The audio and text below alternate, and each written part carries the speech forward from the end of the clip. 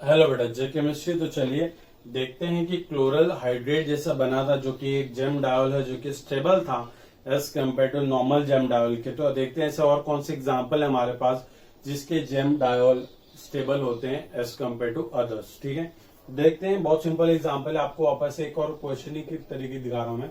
अगर सपोज आपके पास इस तरीके का एक कंपाउंड है, देखिए यहाँ पे क्लोरीन, यहाँ पे क्लोरीन, यहाँ पे डबल बॉन्ड O, यहाँ पे क्लोरीन, यहाँ पे क्लोरीन। ठीक, अगर आप इसकी रिएक्शन करवाते हैं किसके साथ बेटा, इसकी रिएक्शन करवाते हैं H प्लस और साथ में वाटर के साथ, आप देख सकते हो H प्लस वाटर। आपके दिमाग में सीधा चमकना चाहिए कि यहाँ पे क्या होगा बेटा। आप देख सकते हो कार्बोनिल ग्रुप है, वाटर एक न्यूक्लियोफाइल है, मीडियम एसिडिक है। तो ये नॉर्मली आपका nucleophilic addition reaction in acidic medium है हमारा। नॉर्मल क्या होगा, पहले इस ऑक्सीजन का बेटा प्रोटोनेशन हो जाएगा, ऑक्सीजन में पॉजिटिव चार्ज आएगा, वाटर आके अटैक मारेगा यहाँ पे, तो एक ही कार्बन पे दो OH आ जाएंगे और हमारा जेम डायोल फिर से बन जाएगा। अब नॉर्मली क्या होगा, इस केस के अंदर जो जेम डायोल बनेगा उसकी भी स्टेबिलिटी ज्यादा है as compare to normally gem diol. क्यों? क्योंकि अगर आप एक अच्छी चीज नोट करेंगे, यहाँ पे भी क्लोरीन, यहाँ पे भी क्लोरीन, यहाँ पे भी क्लोरीन, तो यहाँ पे बेटा क्या दो आपके पास दो OH ग्रुप बनते हैं। और आप देख सकते हैं ये दोनों OH ग्रुप में क्या हो सकता है बेटा, इस तरीके से जो एडजेसेंट पोजीशन पे हमारे पास क्लोरीन अवेलेबल है वहां पे ये क्या शो कर सकता है, यहाँ पे ये शो कर सकता है क्या बेटा, H बॉन्ड। तो ये H बॉन्ड शो करने की वजह से, और यहाँ पे भी सेम ये आपका H बॉन्ड शो करेगा, जिसके वजह से ये जो आपका जेम डायोल है, ये भी जेम डायोल क्या होता है, रिलेटिवली ज्यादा स्टेबल होगा। ठीक, तो याद रखना ये चीजें। नॉर्मली क्या होता है कि आपको ये पूछ देता है कि इसकी जो जेम डायोल है ये ज्यादा स्टेबल होगा नहीं, या फिर इसका हाइड्रेटेड फॉर्म ज्यादा स्टेबल होगा कि नहीं होगा। तो ऑब्वियसली बात है होगा, क्यों? क्योंकि वहां पे हाइड्रेटेड फॉर्म में जेम डायोल दो तरीके से क्या कर रहा है, H बॉन्ड बना रहा है एडजेसेंट क्लोरीन के साथ, जिसके वजह से ये इंटरेक्शन होने की वजह से इसकी स्टेबिलिटी बढ़ जाती है। ठीक है, और आपको एग्जाम्पल देता हूं मैं इसका। सपोज आपके पास एक और है, सपोज आपके पास इस तरीके का कंपाउंड है। ठीक, ये डबल बॉन्ड O है आपके पास। ठीक, अगर आपसे बात करूं मैं कि यार ये जो कंपाउंड है हमारा साइक्लोप्रोपेनोन, अगर हम इसकी बात करें साइक्लोप्रोपेनोन,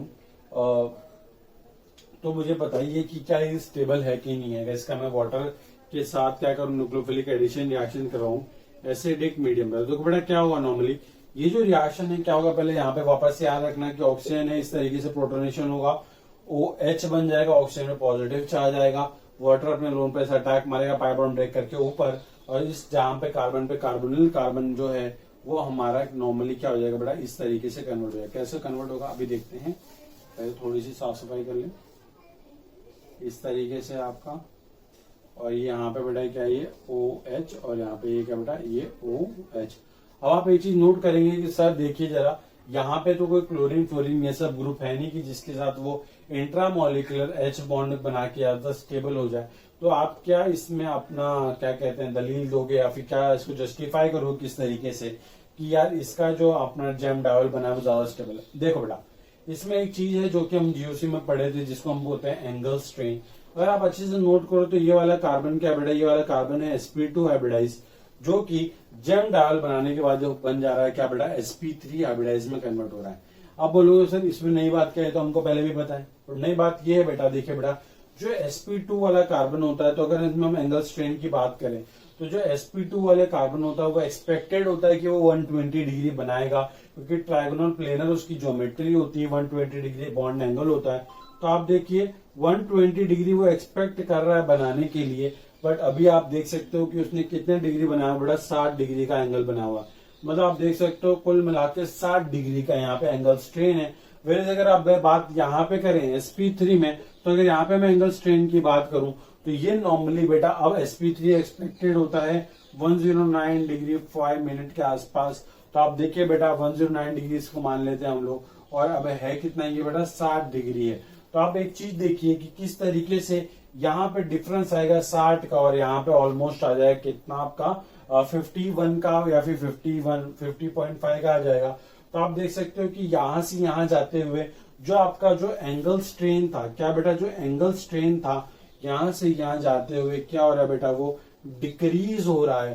तो एंगल स्ट्रेन डिक्रीज होने की वजह से वही इसका क्या होगा, ड्राइविंग फोर्स होगा, जो इसको इस फॉर्म से कन्वर्ट होने के लिए क्या कर रहा है, मोटिवेट कर रहा है। क्यों? क्योंकि इस वाले फॉर्म के अंदर कार्बन बहुत ही ज्यादा हाईली स्ट्रेन्ड फॉर्म में, बहुत ज्यादा हाईली टेंस्ड फॉर्म में, क्योंकि वो बनना चाहता है 120 और है 60 का, और यहाँ पे देख सकते हो ये बनना चाहता है 109 और है 60 का।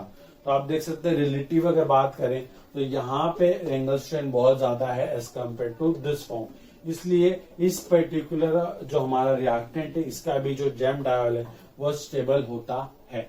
क्यों होता है आपने समझ लिया, एंगल स्ट्रेंथ के वजह से। ठीक, चलिए अब कुछ और एग्जांपल उनको देखते हैं। एक कंपाउंड होता है जिसका नाम होता है निनहाइड्रीन। क्या होता है बेटा नाम? निनहाइड्रीन।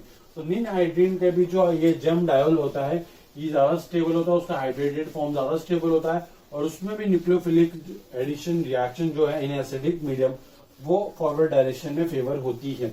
वो क्यों होती है वो आप उसका स्ट्रक्चर देख के समझ जाओगे। तो देखिए बेटा आपको लिखना है यहाँ पे, ये जो भी तीसरा एग्जाम्पल था इसका चौथा एग्जाम्पल मैं आपको दे रहा हूँ जो कि है निनहाइड्रीन। निनहाइड्रीन बेसिकली क्या होते हैं, किस तरीके से ट्राई कार्बोनल कंपाउंड्स होते हैं जिसमें 3 कार्बोनल ग्रुप एक एडजेसेंट पोजीशन पे इस तरीके से अटैच होते हैं। अब इसको क्या बोलते हैं बेटा, निनहाइड्रीन कहते हैं। इसकी रिएक्शन जब हम करवाते हैं किसके साथ, H प्लस वाटर के साथ, H प्लस वाटर के साथ, तो इसका जो डाइहाइड्रेटेड फॉर्म बनता है, हाइड्रेटेड फॉर्म बनेगा, जेम डायोल फॉर्म बनेगा, वो ज्यादा स्टेबल होता है। क्यों होता है आप देख सकते हो, क्योंकि यहाँ पे ऑक्सीजन है और ऑक्सीजन के साथ जो OH एक कार्बन पे आने वाले हैं वो इंट्रामोलिकुलर H बॉन्डिंग करके उसकी स्टेबिलिटी को बढ़ा देंगे। तो नाम इसका याद रखना, इसका नाम है बेटा प्यारा सा क्या, निनहाइड्रीन। ठीक, इसका स्टेबल वाला फॉर्म में बना देता हूं आपके लिए। यहाँ पे R1C double bond O, C double bond O, यहाँ पे ये R2। देखिए बेटा बनाते इसका फॉर्म, ऑक्सीजन ये H, ये ऑक्सीजन ये H। ठीक है, यहाँ पे इस तरीके से लोन पेयर दिखाओ, यहाँ पे delta positive charge, delta positive क्योंकि ऑक्सीजन इलेक्ट्रॉन नेगेटिव एटम से अटैच है। और देखिए बेटा ये डेल्टा पॉजिटिव इलेक्ट्रॉन के बीच में अट्रैक्शन होगा, यहाँ पे भी इस तरीके से अट्रैक्शन होगा। इसी को हम क्या बोलते हैं बेटा, इंट्रामोलिकुलर H बॉन्ड या H बॉन्डिंग। यहाँ पे भी क्या बेटा, इंट्रामोलिकुलर आपके पास H बॉन्ड। तो याद रखना कि जो निनहाइड्रीन होते हैं इनके भी हाइड्रेटेड फॉर्म ज्यादा स्टेबल होते हैं। ठीक, तो ये बहुत छोटी छोटी चीजें आपको याद रखनी है। चलिए अब क्या होता है ना, इसमें आपके साथ एक और क्वेश्चन आ सकता है। सपोज आपको एक क्वेश्चन आ जाता है कि compare the rate of nucleophilic addition reaction in the following molecules. ठीक है, आपको बोल रहा है compare the rate of nucleophilic addition reaction on the following molecule, या फिर वो आपको लिख के दे सकता है compare the rate of hydrolysis, या फिर वो आपको लिख के दे सकता है compare the rate of reaction with water, या फिर लिखिएगा compare the rate of solvolysis. सबका मतलब एक है, सब में क्या होगा, न्यूक्लियोफाइल आएगा और जो कार्बोनिल कार्बन है जिसपे आपका डेल्टा पॉजिटिव चार्ज है उस पे आके क्या करेगा, वो अटैक करेगा। तो जितना ज्यादा डेल्टा पॉजिटिव की स्ट्रेंथ होगी, जितना ज्यादा इलेक्ट्रॉन डेफिशिएंसी होगी उस कार्बोनिल कार्बन की, उतनी ज्यादा रेट ज्यादा होगी, क्योंकि इलेक्ट्रॉन रिच सेंटर जितना ज्यादा डेफिशिएंट सेंटर होगा उतना फास्ट उस पर क्या कर सकता है, अटैक कर सकता है। ठीक है, तो मैं आपको एक क्वेश्चन देता हूँ। क्वेश्चन है आपका compare the rate of hydrolysis लिख लीजिए। और आपका हाइड्रोलिसिस जब भी लिखा है तो याद रखना कि इस पर्टिकुलर कंपाउंड की रिएक्शन वाटर के साथ कराने के लिए कह रहा है और आपको रेट कंपेयर करनी है। तो देखिए बेटा आपसे मैं क्वेश्चन लिख के देता हूँ मैं आपको ये क्वेश्चन करना है, compare the rate of hydrolysis जो भी है आप लिख लो इस तरीके से। और यहाँ पे मैं आपको रिएक्टेंट जो भी है ये बना के दे रहा हूँ, आपको मुझे बताना है कि किस में रेट ज्यादा होगी। ठीक, ये पहला कंपाउंड है आपका, ये सेकंड, तीनों में आपको कंपेयर करनी है रेट। ठीक है बेटा, आई होप आप लोग कर लेंगे। बहुत सिंपल सा क्वेश्चन, क्योंकि इसका जो बेसिक फंडा है वो मैंने आपको समझा दिया है कि रेट किस तरीके से वेरी कर सकती है। ठीक है, यहाँ पे OCH3 दे रखा है मैंने आपको, और यहाँ पे भी ये OCH3 दे रखा है। और जो थर्ड वाला कंपाउंड है वो थर्ड वाला कंपाउंड में हम बना देते हैं आपके लिए। ये थर्ड वाला कंपाउंड इस तरीके से बना दिया मैंने आपके लिए। ये यहाँ पे ये NO2 ग्रुप और यहाँ पे बेटा ये NO2 ग्रुप। ठीक है, तो इन तीनों के अंदर आपको कंपेयर करना है द रेट ऑफ सॉल्वोलिसिस, या फिर एग्जाम्पल लिखा जा सकता है compare the rate of formation of gem diol. कुछ भी लिखा जा सकता है, आपको याद रखना है बस न्यूक्लियोफाइल जो कि वाटर है वो आके अटैक मारेगा कहाँ, कार्बोनिल कार्बन पे। तो जहाँ कार्बोनिल कार्बन पे डेल्टा पॉजिटिव मतलब इलेक्ट्रॉन की डेफिशिएंसी ज्यादा, वहां पे हमारा रेट ऑफ रिएक्शन ज्यादा। देखिए बेटा आप लोग पॉज करके सॉल्व कीजिए, मैं आपके लिए अटेम्प्ट करने आ रहा हूँ। देखिए यहाँ पे OCH3 प्लस एम दिखाएगा, यहाँ पे भी OCH3 प्लस एम दिखाएगा, NO2 माइनस एम का ग्रुप है, माइनस एम दिखाएगा, माइनस एम दिखाएगा, यहाँ पे कुछ है ही नहीं। ठीक, तो याद रखना माइनस एम के ग्रुप क्या करेगा, यहाँ पे डेल्टा पॉजिटिव की स्ट्रेंथ को बढ़ाएगा, क्योंकि ये है इलेक्ट्रॉन विड्रॉइंग नेचर के, तो ये कार्बोनिल कार्बन पे इलेक्ट्रॉन डेफिशिएंसी बढ़ाएंगे। तो थर्ड वाले केस में रेट सबसे ज्यादा। वेल अगर आप फर्स्ट एंड सेकंड की बात करें तो यहाँ पे ये प्लस एम के ग्रुप है, इलेक्ट्रॉन रिलीजिंग ग्रुप है, इलेक्ट्रॉन डोनेटिंग ग्रुप है, जो कि इस कार्बोनिल कार्बन पर डेल्टा पॉजिटिव या फिर इलेक्ट्रॉन की डेफिशिएंसी को कम करेंगे, क्योंकि वो इलेक्ट्रॉन प्रोवाइड कर रहे हैं। तो ये सेकेंड की रेट सबसे क्या होगी बेटा, कम, और वेयर फर्स्ट बीच में आ जाएगा। ठीक है, तो ये इसका करेक्ट ऑर्डर है 3, 1, 2, याद रखना। ठीक, चलिए नोट कीजिए बेटा।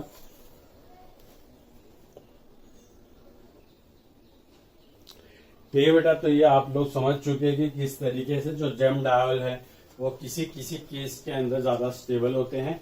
चलिए अब हम आपको एक नई रिएक्शन पढ़ाते हैं जिसका नाम है hemiacetal and acetal formation. वैसे तो ये रिएक्शन मैंने आपको पढ़ाई थी बायोमोलिक्यूल में, बट स्टिल मैं पढ़ाता हूँ यहाँ पे, बिकॉज यहाँ पे इसको एक अच्छे तरीके से पढ़ना है, बिकॉज ये बहुत इंपॉर्टेंट रिएक्शन है। एडवांस के अंदर ये रिएक्शन आना ही है। क्यों? बिकॉज ये जो सीरीज ऑफ क्वेश्चन आते हैं पैराग्राफ वाले, वहां पे ये क्वेश्चन आता है। आपका क्यों आता है वो आप समझ जाओगे रिएक्शन देखने के बाद। देखिए अब हम ये देख चुके हैं, लिखिए आप acetal and hemiacetal formation. ठीक है, क्या लिखना है आपको, hemiacetal and hemiacetal, hemiketal नहीं, hemiacetal and acetal formation. ये सब क्या होता है अभी पता चल जाएगा, एसिटाल फॉर्मेशन। ठीक बेटा, ये reaction of aldehyde reaction, normally aldehyde देते हैं। कैसे, देखिए बेटा, सपोज आपके पास एक अल्डिहाइड है, RC≡OH एक अल्डिहाइड है। ठीक, इसकी रिएक्शन आप क्या करवाते हो, एक अल्कोहल के साथ करवाते हो। कोई भी एक अल्कोहल ले लीजिए, नॉर्मली मैं अल्कोहल लेता हूं ये R1OH, और मीडियम हम यूज करते हैं बेटा क्या, H+। ये भी example of nucleophilic addition reaction in acidic medium.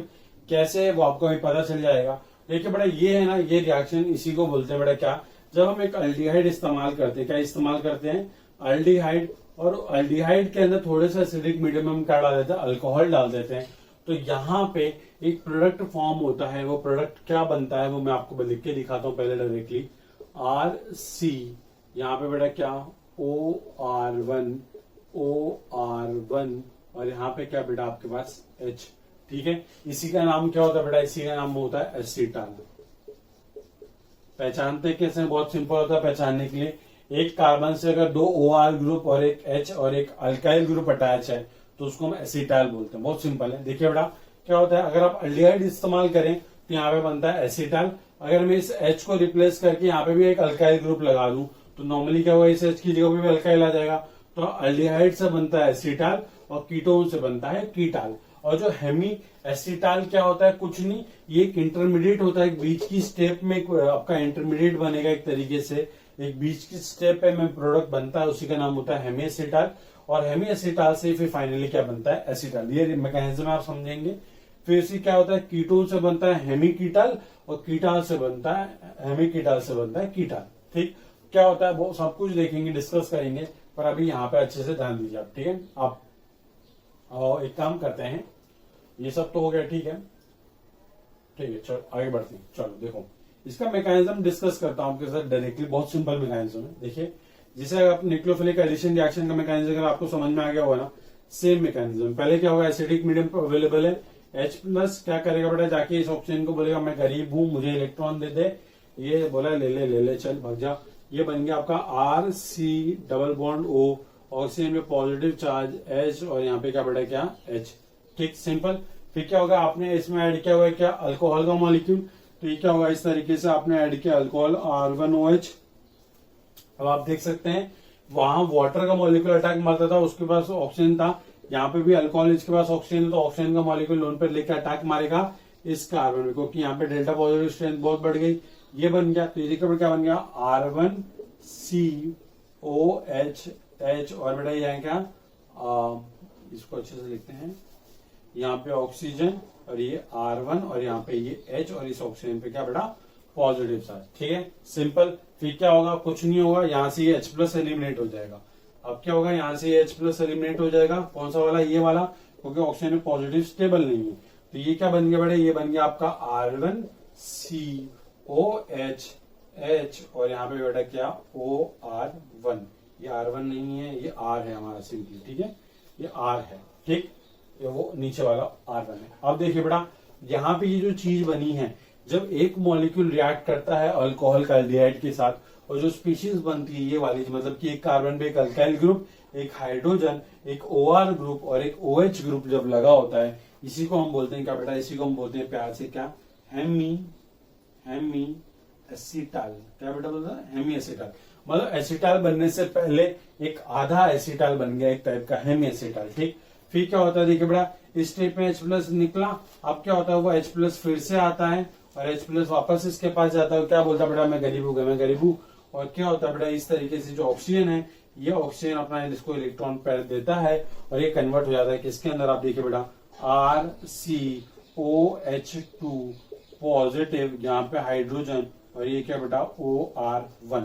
ठीक, आप देख सकते हो ऑक्सीजन फिर से पॉजिटिव चार्ज, अनस्टेबल है, क्या कर देगा, अपने अंदर से ये इस तरीके से एलिमिनेट कर देगा वाटर, और इस स्टेप में वाटर एलिमिनेट हो गया और ये बन गया क्या बेटा,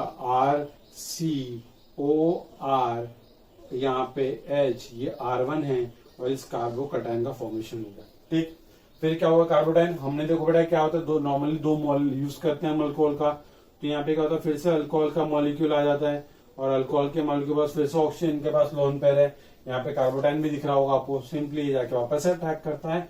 और देखिए फाइनल स्टेप में क्या बनेगा, क्या बेटा, देखो RCH, ये ऑक्सीजन, यहाँ H, और यहाँ पे क्या, ये R1, इस पे पॉजिटिव चार्ज है ना, और यहाँ पे ये OR1। सिंपल। फिर देखिए यहाँ पे इस तरीके से वापस से डिप्रोटोनेशन, देखिए फर्स्ट स्टेप में H प्लस ऐड होता है, लास्ट स्टेप में H प्लस एलिमिनेट हो जाता है। मतलब क्या, एसिड कैटलाइज्ड रिएक्शन है, याद रखना, acid catalyse formation of acetal and hemiacetal बोल सकते हैं आप इसको। ठीक है, तो इस तरीके से ये बन गया हमारे का सिंपली RCOR1H, और यहाँ नीचे क्या बेटा, OR1, और ये बन गया हमारे का बेटा, इसी को हम प्यार से बोलते हैं एसिटाइल। याद रखना, अगर आपने यहाँ पे कीटोन यूज किया तो इसको एक कीटाल लिखना है, और ये कीटोन है तो यहाँ पे एक हेमिकीटाल बनेगा और यहाँ पे कीटाल बन जाएगा। ठीक है, पहले आप ये रिएक्शन लिखिए, formation of hemiacetal and hemiacetal and acetal. ठीक, ये लिख लिया, पॉज करके। अब इसी में मैं आपको कीटोन वाला भी लिखवा देता हूँ। कैसे, देखो इसको मिटा दो, यहाँ से यहाँ लिखेंगे हम हेमीकीटाल, और यहाँ पे लिख देंगे क्या बेटा, नॉर्मली कीटाल। ठीक, बहुत सिंपल है। ठीक, हेमीकीटाल एंड कीटाल। अब आपको सिंपल क्या करना है, देखो ये एल्डिहाइड है, इसका इजी आप रिप्लेस कर दो, इसको R2 से रिप्लेस कर दूं। यहाँ पे H की जगह पे क्या हो जाए बेटा, यहाँ पे भी R2 लग जाएगा। यहाँ पे एसिटाल की जगह पे क्या लिख दो बेटा, कीटाल लिख दो। यहाँ पे एल्डिहाइड की जगह पे क्या लिख दो बेटा, कीटोन लिख दो। बहुत सिंपल है। और यहाँ पे जो H है इसको रिप्लेस करते जाओ R2 से। ये H को रिप्लेस कर दो R2 से, ये H को रिप्लेस कर दो आपका R2 से, इस H को रिप्लेस कर दो बेटा क्या, R2 से, इस H को रिप्लेस कर दो बेटा किससे, R2 से, इस H को रिप्लेस कर दो बेटा क्या, R2 से, इस H को रिप्लेस कर दो बेटा किससे, R2 से, और इस H को रिप्लेस कर दो बेटा किससे, R2 से। ये बन गया आपका क्या बेटा, इसका नाम हटाओ ना, इसका नाम बदलना पड़ेगा। ये हेमी एसिटाल नहीं है, वो हेमी कीटाल है, वो ये कीटाल बन गया। और ये आपका बन गया बेटा क्या, ये